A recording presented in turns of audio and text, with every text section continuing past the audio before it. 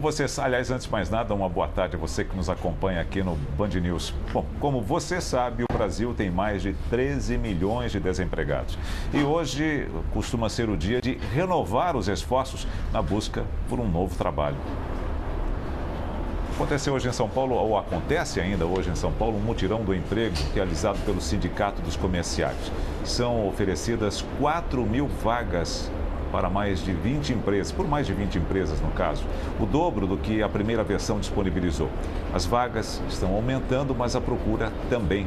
Algumas pessoas chegaram na fila no centro da cidade no sábado, estão lá há 2 dias. Bom, eu converso com Emerson Wesley Dias, que é coach, consultor de carreira, professor, né, acostumado já a lidar com esse assunto e vai nos trazer maiores informações, até para que a gente possa entender e explicar para as pessoas o que fazer para conseguir essa recolocação no mercado de trabalho. Emerson, muito boa tarde a você. Boa tarde. Bom, a gente viu aí diversas pessoas desde sábado, sim, 13 milhões de desempregados. Há muitas pessoas qualificadas, mas também há muitas pessoas que não conseguem o emprego exatamente por falta de qualificação. Sim. O que dizer a essas pessoas?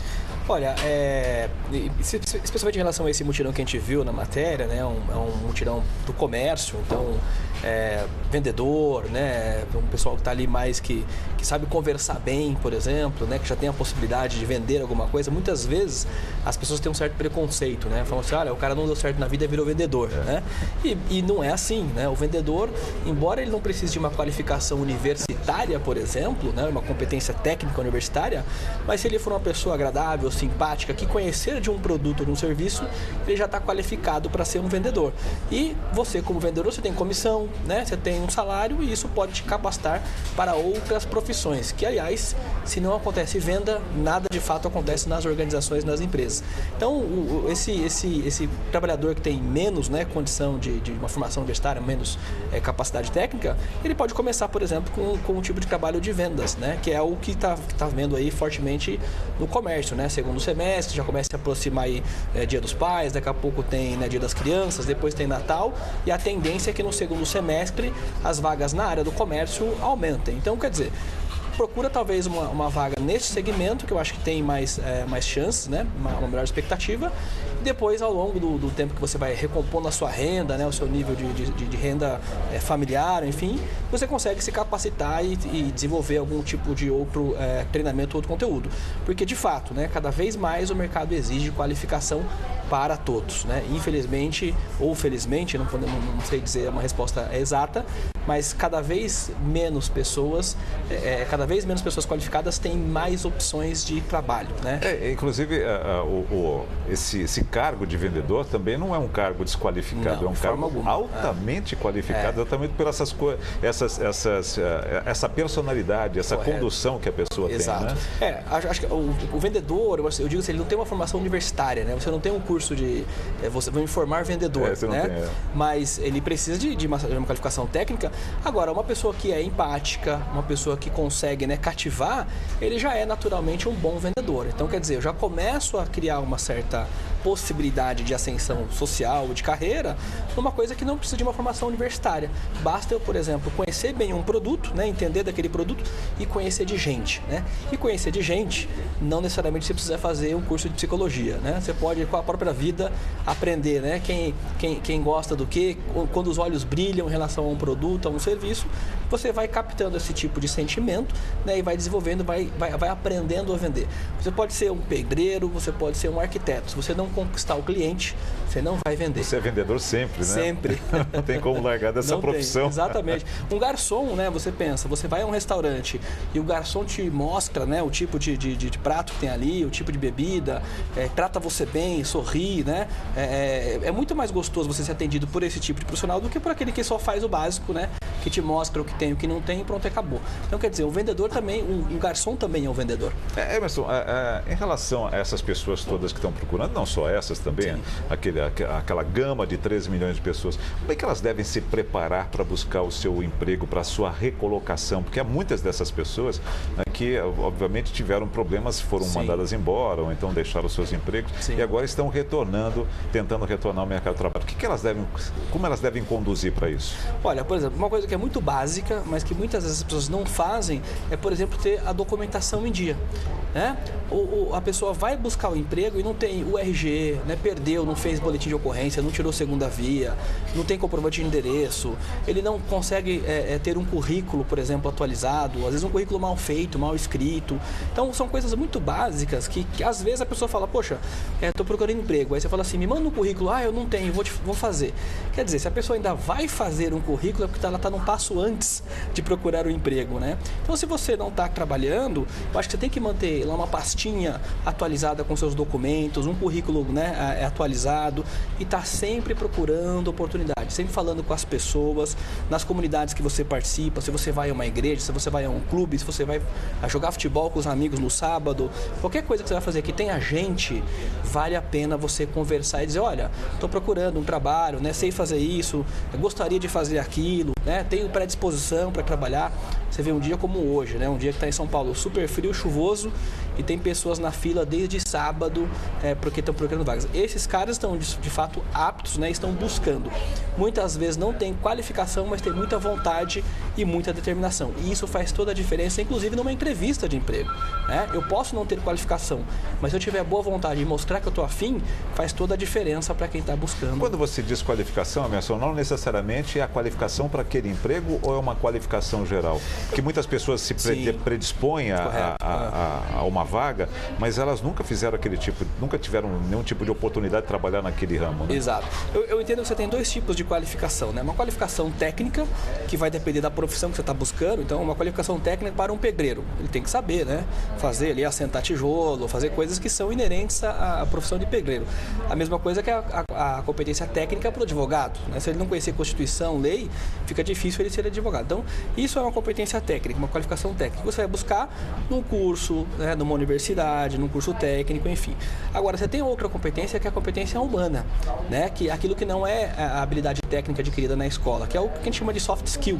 Né? Então, empatia, né? Predisposição, energia, né? Boa vontade para com as coisas. Então, organização, produtividade no sentido de aproveitar o tempo da melhor forma possível, não ficar lá no celular o tempo todo mandando mensagem, porque de fato isso não vai te dar emprego. Então, quer dizer, esse é o tipo de competência, de qualificação, muitas vezes não, né? Mas você não precisa ir para a faculdade para desenvolvê-la. Você pode simplesmente observar, né? Que é o exemplo que eu dava no começo.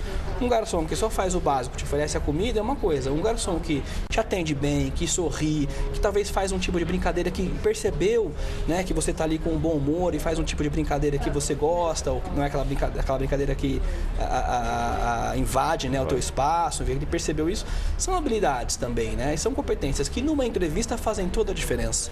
Porque se eu tiver um currículo maravilhoso, ótimo, qualificado, mas se eu não souber ali naquele momento da conversa me vender, né, ter empatia, fazer perguntas boas e corretas, né, entender a pergunta que me foi feita e saber responder da forma correta, isso tudo também faz a diferença, né, na hora de buscar um emprego. Você falou do currículo, que eu acho que é um detalhe bastante importante, como você disse, tem muita gente que está um passo atrás porque não tem o currículo preparado. Sim. Na hora de se elaborar esse currículo, e a gente já falou aqui várias vezes com outros entrevistados a respeito das mentiras que são colocadas às vezes nos currículos, até para poder tentar se qualificar, né? Como elaborar realmente um bom currículo para que ele fique palatável ali para quem vai receber? Olha, você tem várias dicas, mas eu vou deixar algumas que são muito óbvias e que muitas vezes as pessoas não fazem. Objetivo. Então a pessoa vai procurar emprego, ela escreve lá, área administrativa.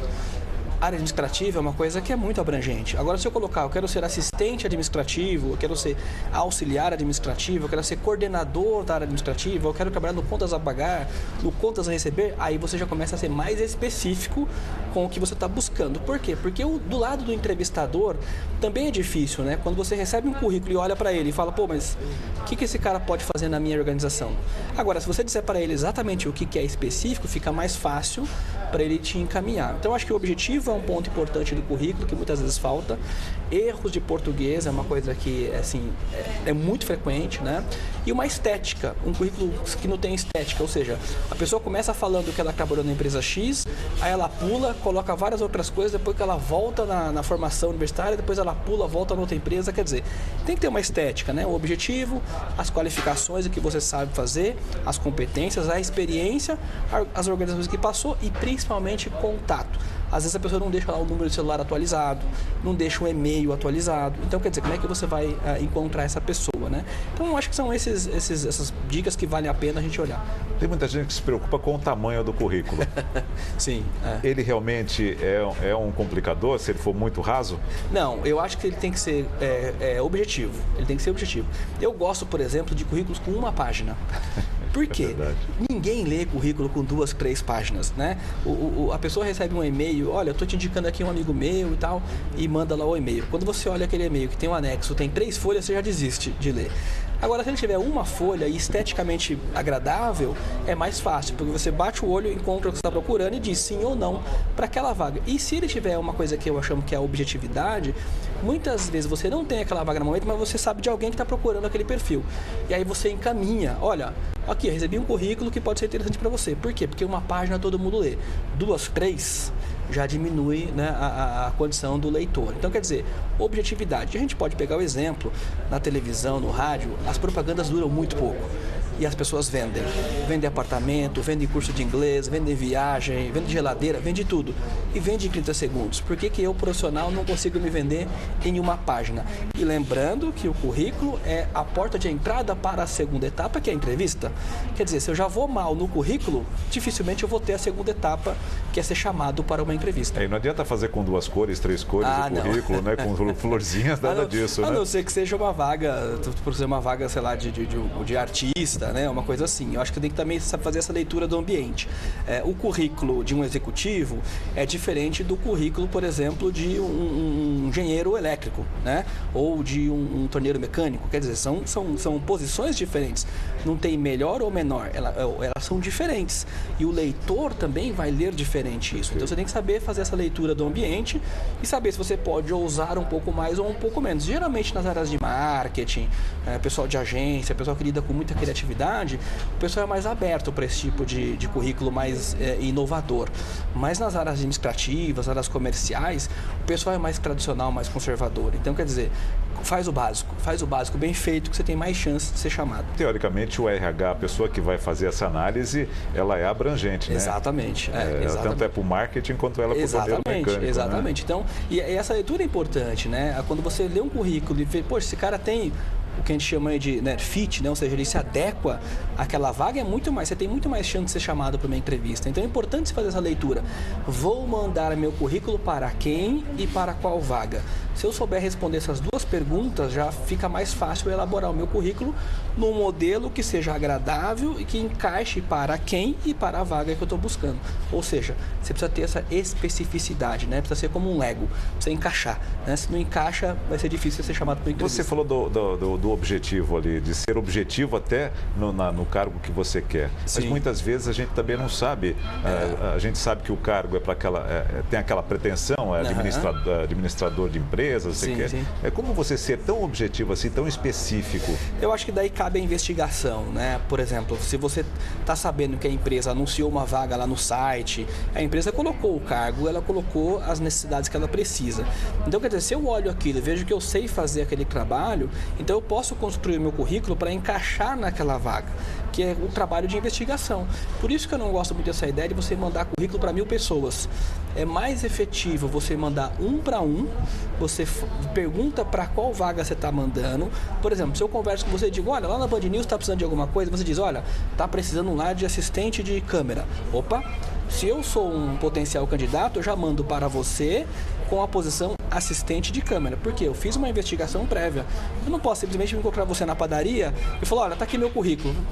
para que esse currículo? Para qual vaga? Para qual empresa? Agora, eu sabendo que você trabalha na empresa X, que na sua empresa tem a vaga Y, fica mais fácil eu mandar e fazer e ser assertivo, né? Mandar exatamente para aquela vaga.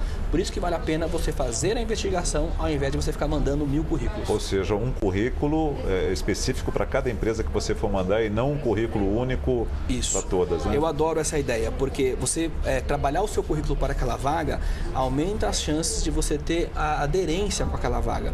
Um currículo que é um currículo genérico, né, fica muito difícil, porque ele pode ser para qualquer função.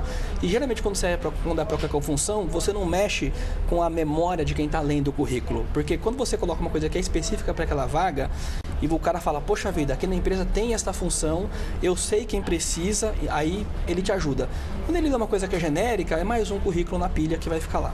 Só para a gente encerrar, o cara está disputando ali, o sujeito está disputando a vaga com outras tantas pessoas. Sim. Como ele deve se diferenciar disso? Visto que eles têm a mesma competência, a mesma formação, Sim. O que ele deve conter, que essência ele deve levar para poder ser o vitorioso? Sim, eu gosto de uma situação que é assim, imagina que o cara ele é contador, né? Então ele está buscando uma vaga de contador.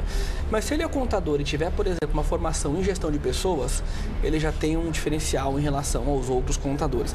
Então eu gosto desse mix, né? Dessa transição em várias áreas, eu particularmente. Por quê? Eu acho que um contador que tem um olhar em gestão de pessoas, ele vai ser o melhor líder para uma equipe, né? Assim como se um contador fez um curso, sei lá, de engenharia naval, você fala, mas o que tem a ver engenharia naval? Poxa vida, mas certamente tem um conhecimento lá na engenharia naval que de alguma forma adaptada ele consegue trazer para a atividade dele. Portanto, gera mais criatividade. Então, essa interconexão, essa interdisciplinaridade de assuntos, eu acho que fazem o profissional ser cada vez mais qualificado e diferenciado no meio da multidão. Ou seja, a abrangência de assuntos para que você possa ter várias ferramentas para resolver problemas, que, na final de contas, é o que a gente faz nas empresas todos os dias. Ou seja, não mentir, mas também não omitir as suas qualificações, né? Olha, mentira em hipótese alguma, porque a mentira, quando revelada, isso prejudica demais a sua reputação, né? Bom, eu conversei aqui com Emerson Wesley Dias. Emerson, muito obrigado por nos esclarecer e trazer essas informações bastante importantes para aquelas pessoas que estão na busca de uma recolocação, né? Eu que agradeço, espero que possa ter ajudado os ouvintes da Band News. Com certeza, um abraço a você. Um abraço.